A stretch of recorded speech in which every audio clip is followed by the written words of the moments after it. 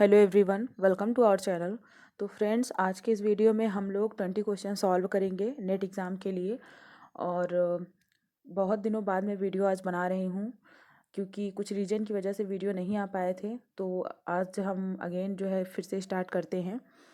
तो आज से कंटिन्यू जो है हम क्वेश्चन को सॉल्व करेंगे और डिस्कस करेंगे। और एग्ज़ाम जैसा आपको पता ही है, दिसंबर में है और आज हो गया है, दिसंबर स्टार्ट भी हो गया है। तो बस कंटिन्यू अच्छे से प्रैक्टिस करेंगे और क्वेश्चन को डिस्कस करते चलेंगे और जो भी चीज़ें हैं उसको समझते चलेंगे। तो चलिए हम अपना आज का जो है वीडियो स्टार्ट करते हैं। तो देखिए 20 क्वेश्चन आज हम लोग सॉल्व करेंगे। तो चलिए देखते हैं सबसे पहला क्वेश्चन। तो देखिए आज का सबसे पहला क्वेश्चन जो है वो है हमारा पहला क्वेश्चन है, यह टिप्पणी किसने की है कि ज्ञान और शक्ति का सहअस्तित्व है और ये आपस में एक दूसरे का समर्थन करते हैं। तो ऑप्शन पहला है हमारा जे दरिदा, दूसरा है एंथनी गिडेंस, तीसरा है हैबरमास और चौथा है एम फूको यानी माइकल फूको। तो देखिए क्वेश्चन में सबसे पहले ज्ञान और शक्ति की बात कर रहा है, यानी ज्ञान और शक्ति के सह अस्तित्व का बात किसने किया था। तो देखिए इसका राइट आंसर होगा ऑप्शन नंबर 4 यानी फूको ने ज्ञान और शक्ति की बात की थी। तो देखिए सबसे पहले जो मिशेल फूको हैं ये एक फ्रांसीसी विचारक थे और ये उत्तराधुनिकतावादी थे। और फूको जो हैं ये इनकी जो अवधारणा है शक्ति की, वो जो है अपने शक्ति अवधारणा के माध्यम से इन्होंने ज्ञान, शक्ति और सत्ता और व्यक्ति के बीच संबंधों को देखने का प्रयास किया था। और इसके अलावा इनकी जो शक्ति की अवधारणा थी ये जर्मन दार्शनिक जो नीत्शे थे उनसे प्रभावित थी। फूको जो है ये नीत्शे से प्रभावित थे और इनका कहना था कि जो शक्ति होती है और ज्ञान, ये दोनों जो है एक दूसरे से पारस्परिक रूप से निर्भर होते हैं। यानी शक्ति से ज्ञान आता है और ज्ञान से शक्ति आती है। यानी जिसके पास ज्ञान है उसके पास शक्ति है, जिसके पास शक्ति है उसके पास ज्ञान है। तो इस तरीके से इन्होंने कहा था कि शक्ति का जो संबंध है वो व्यक्ति के ज्ञान से भी होता है। इसके अलावा फूको की कुछ फेमस बुक्स हैं उसको हम देख लेते हैं। तो देखिए जैसे इनकी बुक्स है मैडनेस एंड सिविलाइजेशन,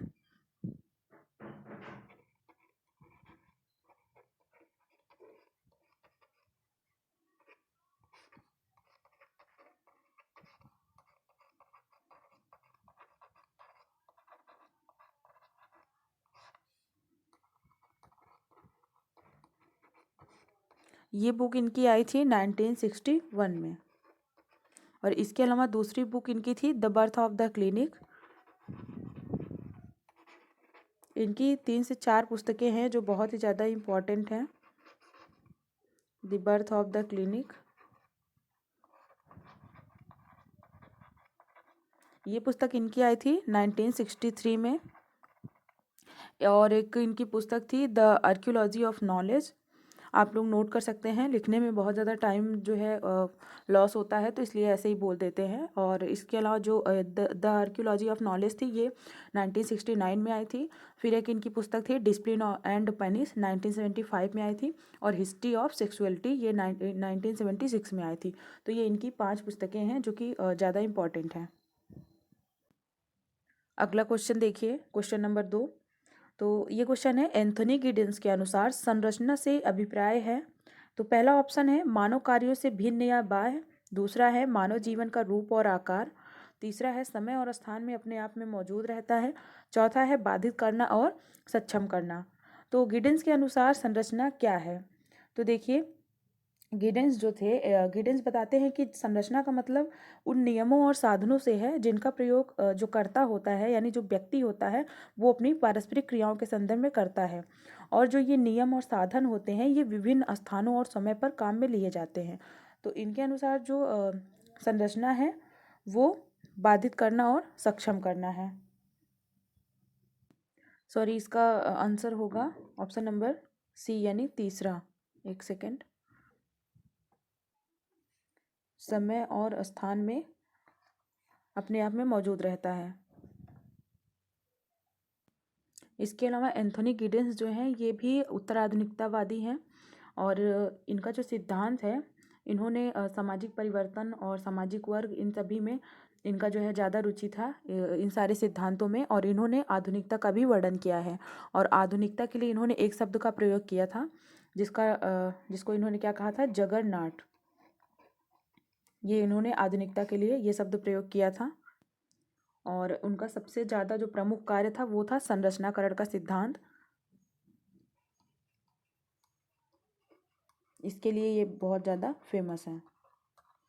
इन्होंने बताया संरचनाकरण का मतलब जिसमें संरचना का मतलब उन नियमों और साधनों से होता है जिसका प्रयोग कर्ता या व्यक्ति जो होता है वो पारस्परिक क्रियाओं के संदर्भ में करता है। अगला क्वेश्चन देखिए, क्वेश्चन नंबर 3। गिडेंस संरचनाकरण के अपने सिद्धांत में किस अवधारणा का प्रयोग करते हैं? तो पहला है दोहरी भूमिका का, दूसरा है संरचनात्मक द्वैतवाद का, तीसरा है द्वैत विश्लेषण का, चौथा है संरचना द्वैत का। तो देखिए, जो इन्होंने संरचनाकरण का अपना सिद्धांत दिया था, तो इसमें इन्होंने जो अपनी अवधारणा दी थी उसमें इन्होंने दो चीज़ों को मतलब जोड़ा था, इंटरकनेक्ट किया था।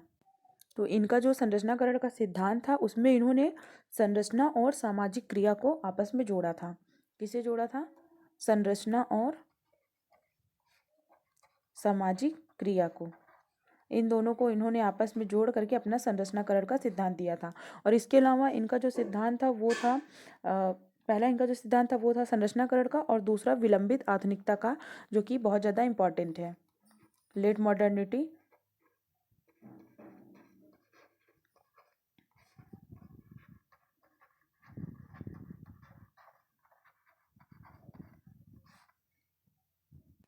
एंथनी गिडेंस जो हैं इन्होंने सामाजिक क्रियाओं को बताया था कि जो सामाजिक क्रियाएं होती हैं वो समय एवं स्थान में घटती हैं, और इसीलिए गिडेंस का जो ये संरचनाकरण का सिद्धांत था इसको इन्होंने एक नाम दिया था अप्रकारवादी घोषणा पत्र।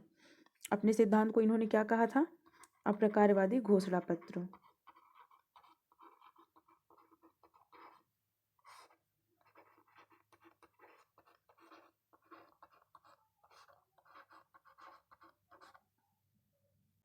इनकी एक दो बुक्स देख लीजिए जो इम्पोर्टेंट है। तो पहला इनका जो बुक है वो है द कॉन्स्टिट्यूशन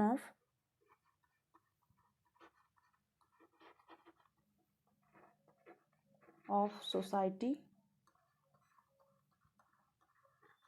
ये बुक आई थी 1984 में। और दूसरी बुक है इनकी द कॉन्सिक्वेंसेज ऑफ मॉडर्निटी।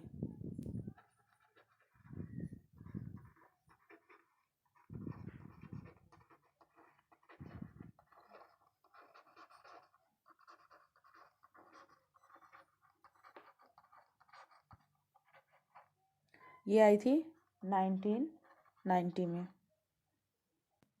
इसके अलावा इनकी बहुत सारी बुक्स हैं, मैं बोल देती हूँ, अगर आप नोट करना चाहते हैं तो आप नोट कर सकते हैं।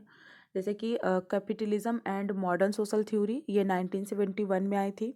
और इनकी दूसरी पुस्तक थी politics and sociology in the thoughts of max weber, 1972 में आई थी ये। उसके बाद the class structure of the advance societies, ये 1973 में आई थी। फिर इनकी पुस्तक थी इन डिफेंस ऑफ सोशियोलॉजी, 1996 में। द ट्रांसफॉर्मेशन ऑफ इंटीमेसी, 1992 में।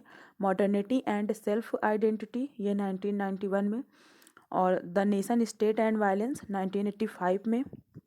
फिर उसके बाद है इमाइल दुर्खीम, 1978 में। फिर है sociology a brief but critical introduction, 1982 में। तो ये इनकी बहुत सारी पुस्तकें हैं, आप जो है नोट कर सकते हैं जो आपको नहीं पता होगा।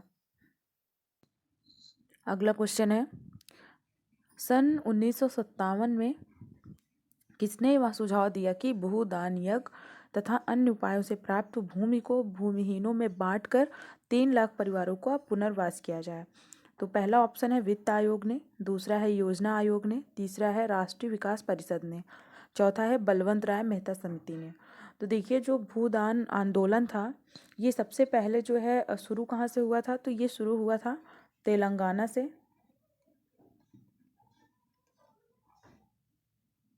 ये तेलंगाना से शुरू हुआ था। और जो ये भूदान आंदोलन था ये किनके बीच था? तो ये जो बड़े भूस्वामी थे और जो भूमिहीन श्रमिक थे उनके बीच जो है शुरू हुआ था, उनके अस्तित्व को बनाए रखने के लिए, जो श्रमिक थे। और यह जो आंदोलन था ये 18 अप्रैल 1951 को विनोबा भावे ने तेलंगाना में आरंभ किया था। कब किया था? 18 अप्रैल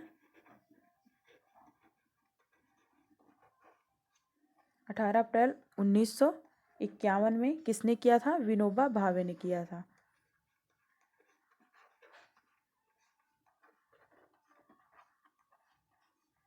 तेलंगाना में शुरू किया था।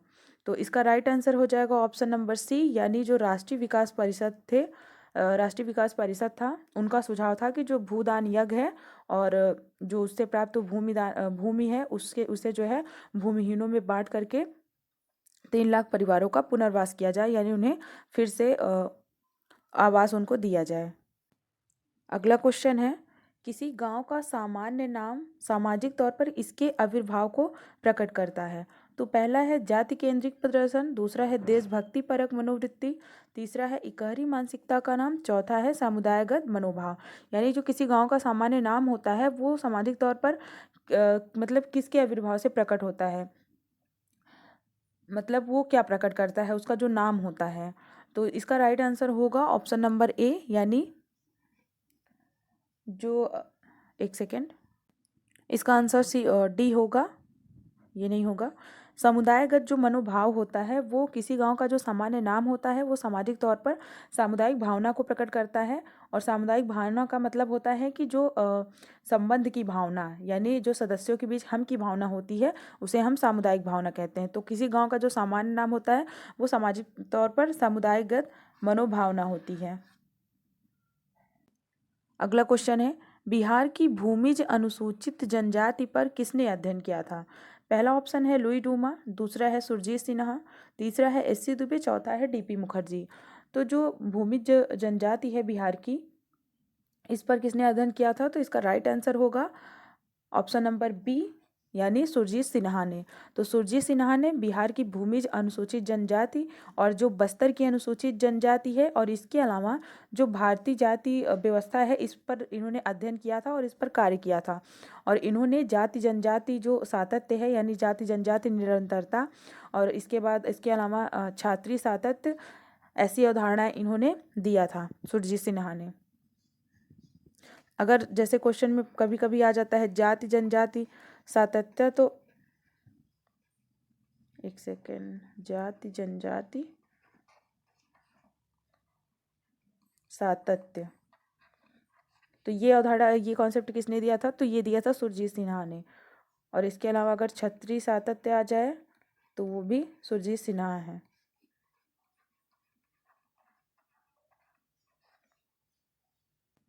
अगला क्वेश्चन है, निम्न में कौन सी अवधारणा को सुरजीत सिन्हा ने अपने विश्लेषण में नहीं दिया है, यानी उन्होंने कौन सा इसमें ऐसे अवधारणा नहीं दिया है?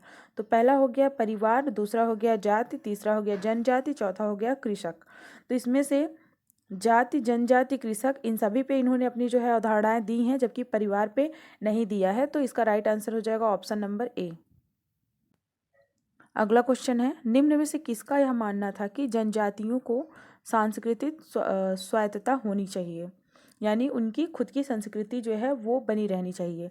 तो पहला ऑप्शन है डीपी मुखर्जी, दूसरा है एन के बोस, तीसरा है सुरजीत सिन्हा, चौथा है जीएस घुरिये।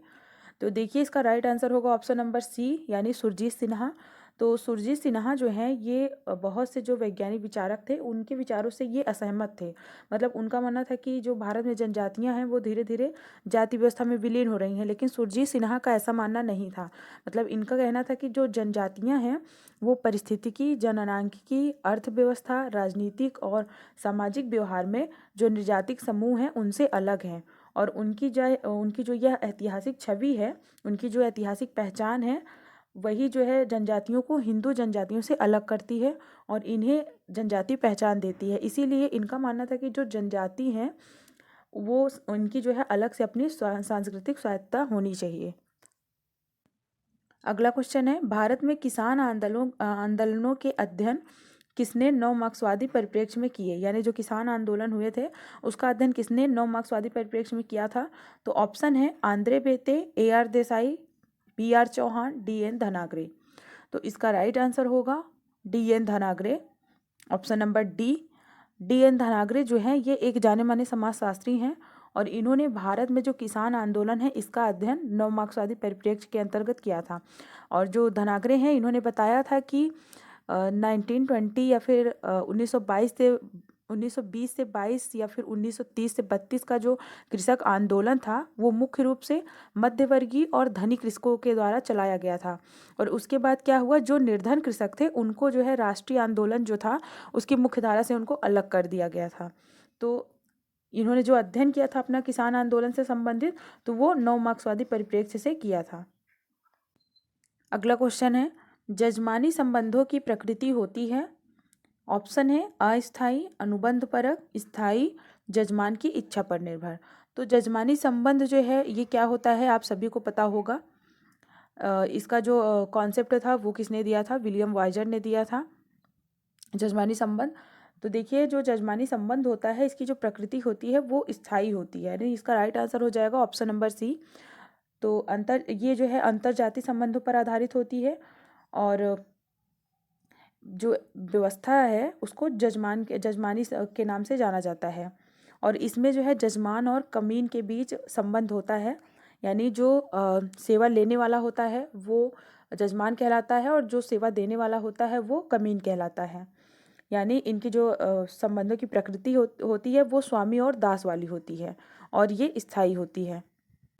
इसके अलावा जजमानी संबंध से संबंधित जो अध्ययन किया था वो पहला तो विलियम वाइजर का था। और विलियम वाइजर का जो अध्ययन था वो प्रकार्यात्मक दृष्टिकोण था उनका। और दूसरा ऑस्कर लेविस का था। ऑस्कर लेविस का जो दृष्टिकोण था वो संघर्षवादी था। यानी ऑस्कर लेविस जो थे इन्होंने रामपुर जो कि यूपी में है उसका अध्ययन किया था। ऑस्कर लेविस ने रामपुर गांव का अध्ययन किया था। और जो विलियम वाइजर थे इन्होंने करीमपुर गांव का अध्ययन किया था।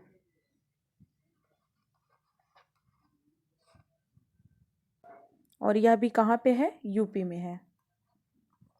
इन दोनों का दृष्टिकोण बिल्कुल डिफरेंट था, मतलब अलग अलग था दोनों का दृष्टिकोण। जजमानी व्यवस्था से संबंधित जो कुछ इम्पॉर्टेंट बुक्स के नाम भी हैं, कभी पूछे जाते हैं। तो देखिए पहला है द हिंदू जजमानी सिस्टम, आप नोट कर सकते हैं अगर आपको नहीं मालूम है तो।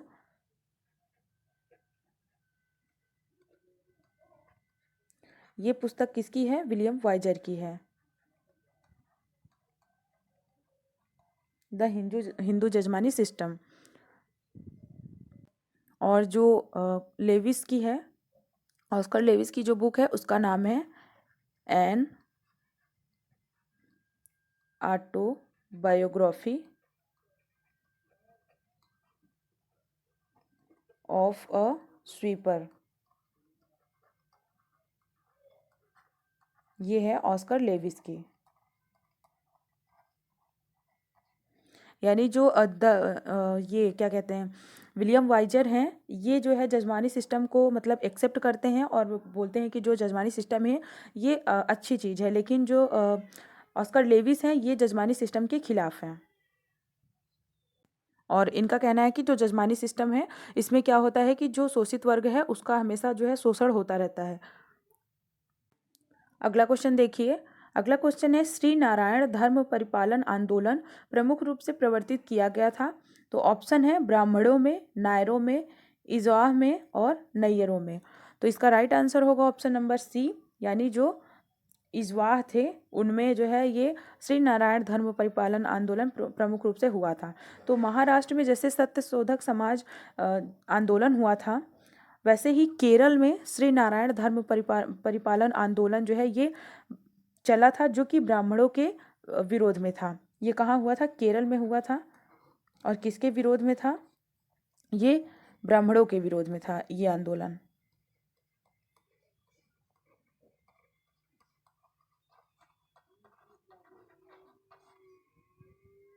और जो ये इजवा है ये एक जाति है जो कि ताड़ी बनाने वाला काम करती है और ये केरल की जाति है। और केरल में श्री नारायण गुरुस्वामी मतलब ये एक नाम के संत थे और इन्होंने ही ये श्री नारायण परिपालन धर्म आंदोलन चलाया था।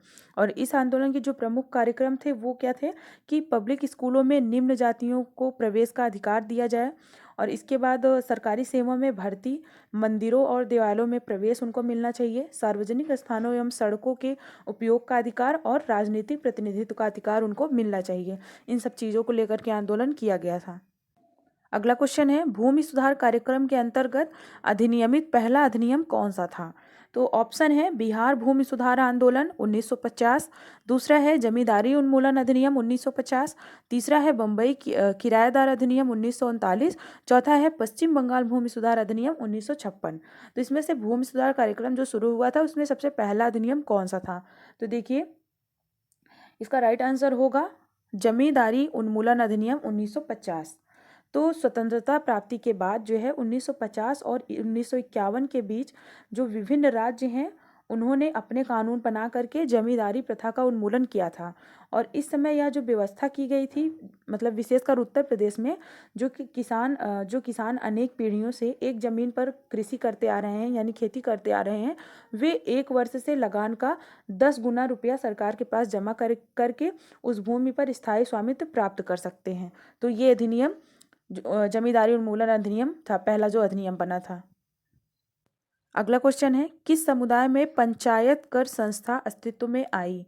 तो ऑप्शन है 5 जुलाई 1953 को, 1 जुलाई 1952 को, 1 जनवरी 1955 को, 15 जुलाई 1951 को। तो देखिए इसका राइट आंसर होगा 15 जुलाई 1951 को। अगला क्वेश्चन है, हार्डीमैन एक समाजशास्त्री संवेदनशील इतिहासकार हैं और उनका विशेषीकरण किसमें है? तो पहला ऑप्शन है यूरोप के इतिहास में, दूसरा है प्राचीन भारतीय इतिहास में, तीसरा है मातहत अध्ययन में, चौथा है दक्षिणी एशिया के इतिहास में। तो जो हार्डीमैन है ये एक समाजशास्त्री हैं, ये मुख्य रूप से मतलब किसके लिए जाने जाते हैं? तो देखिए इसका राइट आंसर होगा ऑप्शन नंबर सी, यानी जो मातहत अध्ययन है, यानी जो अधीनस्थ व दलित हैं उनके अध्ययन के लिए ये जाने जाते हैं। इनके अलावा जो दलित या अधीनस्थ के अध्ययन के लिए जाने जाते हैं वो कौन है? सुरजीत सिन्हा हो गए, B.R. अम्बेडकर हो गए। तो ये सारे इस परिप्रेक्ष्य से जुड़े हुए हैं। अगला क्वेश्चन है, निम्नलिखित में से किसने यह तर्क दिया कि हरित क्रांति व्यवस्था में संलग्न श्रमिक संगठित क्षेत्र में स्थायी रोजगार की भांति था? ऑप्शन है जे मोहन राय, दूसरा है ऑस्कर लेविस, तीसरा है अशोक रुद्र, चौथा है वाई सिंह। तो देखिए इसका राइट आंसर होगा option number C, Ashok Rudra ने। तो भारत में जब हरित क्रांति की शुरुआत हुई थी 1966-67 में, उसके बाद जो है हरित क्रांति का जो श्रेय है वो नोबेल पुरस्कार से जो सम्मानित थे उनका नाम था नॉर्मन बोरलाग। उनका नाम लिख देते हैं।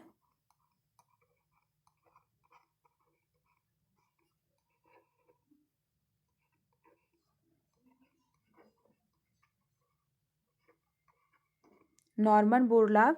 और भारत में हरित क्रांति लाने का श्रेय किसको था? वो था एस स्वामीनाथन को। ये विदेशी थे और ये भारत में स्वामीनाथन थे। हरित क्रांति को लाने का श्रेय इनको जाता है, इन दोनों को जाता है। तो अशोक रुद्र के अनुसार जो हरित क्रांति थी ये कृषि व्यवस्था में संलग्न जो श्रमिक हैं उनके संगठित क्षेत्र में स्थायी रोजगार की तरह था। अगला क्वेश्चन है, भारत में महिलाओं को सशक्त बनाने हेतु महिला नीति कब बनाई गई थी? तो ऑप्शन दिया हुआ है 1996, 2001, 2008 और 2013। तो देखिए जो महिला को सशक्त बनाने वाली महिला नीति थी इसकी शुरुआत कब की गई थी? तो इसकी शुरुआत की गई थी 2001 से। तो इसका राइट आंसर हो जाएगा ऑप्शन नंबर बी। अगला क्वेश्चन है, झूम खेती विशेषता है। ऑप्शन है उत्तर आधुनिक समाज की, सरल समाज की, जटिल समाज की या फिर संक्रमण समाज की। तो झूम खेती क्या होती है? तो झूम खेती एक स्थानांतरण कृषि मतलब खेती है, यानी मतलब एक स्थान से दूसरे स्थान पर जो खेती करते हैं उसको झूम खेती बोलते हैं। और ये जो है सरल समाज की विशेषता है। तो इसका राइट आंसर होगा ऑप्शन नंबर बी, ये सरल समाज की विशेषता है। और कई जनजातियां हैं जो ये खेती करती हैं और वो क्या करते हैं कि सबसे पहले वो जंगलों में आग लगा देते हैं और उसी पर कृषि करते हैं। और जब मतलब साल भर में वह जो भूमि होती है वो उपज देना मतलब उपजाऊ कम हो जाती है, उसकी जो उपज होती है वो कम हो जाती है या बंद कर देती है, तो वो लोग क्या करते हैं कि दूसरे स्थान पर चले जाते हैं और वहाँ पर भी यही विधि अपनाते हैं। पहले आग लगा देते हैं जंगल में, उसके बाद वहाँ पर खेती करते हैं और साल भर करेंगे, उसके बाद फिर दूसरी जगह पे चले जाएंगे। तो इसको झूम खेती कहते हैं और यह सरल समाज में पाई जाती है। अगला क्वेश्चन है, निम्नलिखित में से किसने ग्रामीण और शहरी में परिवर्तनों को मूल्यांकित करने में परंपराओं को 6 स्तरीय वर्गीकरण किया, यानी 6 भागों में उसको बांटा है। तो पहला ऑप्शन हो गया M N. Srinivas, Yogendra Singh, D Pocock, S C. Dube. तो जो ये वर्गीकरण किया था ग्रामीण और शहरी परिवर्तनों को मूल्यांकित करने में, तो ये किया था किसने? एस.सी. दुबे ने किया था। तो इसका राइट आंसर हो जाएगा ऑप्शन नंबर डी। तो एस.सी. दुबे जो है, इन्होंने भारत में जो परंपराएं हैं उसको 6 भागों में, इन्होंने 6 स्तरों में इसका वर्गीकृत किया था और इन्होंने जिसमें से प्रत्येक को ग्रामीण और शहरी संदर्भों में परिवर्तन करने का मूल्यांकन मतलब किया था। तो पहला जो इन्होंने बताया था वो था शास्त्रीय परंपरा, दूसरा बताया था इन्होंने उभरती हुई राष्ट्रीय परंपराएं, तीसरा बताया था क्षेत्रीय परंपराएं और चौथा बताया था स्थानीय परंपराएं, पांचवा पश्चिमी परंपराएं और छठवां बताया था सामाजिक समूहों की स्थानीय उप सांस्कृतिक परंपराएं। तो इन्होंने ये 6 परंपराएं बताया था। अगला क्वेश्चन है, भारत में अनुसूचित जाति यह उदाहरण किसका है? तो पहला ऑप्शन है संदर्भ समूह का, दूसरा गौड़ समूह का, तीसरा औपचारिक समूह का, चौथा सामाजिक समूह का। तो भारत में जो अनुसूचित जातियां हैं वो किसका उदाहरण है? तो वो उदाहरण है सामाजिक समूह का। तो इसका राइट आंसर हो जाएगा ऑप्शन नंबर डी। तो भारत में अनुसूचित जाति एक सामाजिक समूह का उदाहरण है और सामाजिक समूह ऐसे व्यक्तियों का एकीकरण है जो एक दूसरे के साथ क्रिया करते हैं यानी कार्य करते हैं और इस अंतःक्रिया की एक इकाई के रूप में अन्य सदस्य द्वारा पहचाने जाते हैं, यानी ये एक समूह के रूप में कार्य करते हैं। मतलब एक जाति के लोग हैं तो वो उनका एक अपना अलग जो है संबंध होता है, तो ये सामाजिक समूह के रूप में पहचाने जाते हैं। आज का लास्ट क्वेश्चन है क्वेश्चन नंबर 20, नक्सलवाड़ी कृषक आंदोलन कब शुरू हुआ था? तो इस क्वेश्चन का आंसर मैं नहीं बताऊंगी, आप लोग कमेंट करके बताइएगा कि इस क्वेश्चन का क्या आंसर होगा। इसे मैं आप लोगों के लिए छोड़ रही हूँ। और तो आज के लिए बस इतना ही, मिलते हैं नेक्स्ट वीडियो में। और अगर आपको मेरा वीडियो पसंद आया हो, आपके लिए थोड़ा भी हेल्पफुल हो, अगर ये क्वेश्चंस आपकी हेल्प कर रहे हों, आपको अच्छा लगता है, आपको पसंद आता है, तो प्लीज़ वीडियो को लाइक ज़रूर करिएगा, शेयर करिएगा और कमेंट करके ज़रूर बताइएगा वीडियो आपको कैसा लगा। और अगर आप चैनल पे फर्स्ट टाइम आए हैं तो प्लीज़ चैनल को सब्सक्राइब कर लीजिए और बेल आइकन प्रेस करना मत भूलिएगा, ताकि जब भी वीडियोज अपलोड हों उसका नोटिफिकेशन आपको टाइम से मिलता रहे। तो आज के लिए बस इतना ही, मिलते हैं नेक्स्ट वीडियो में। Thank you.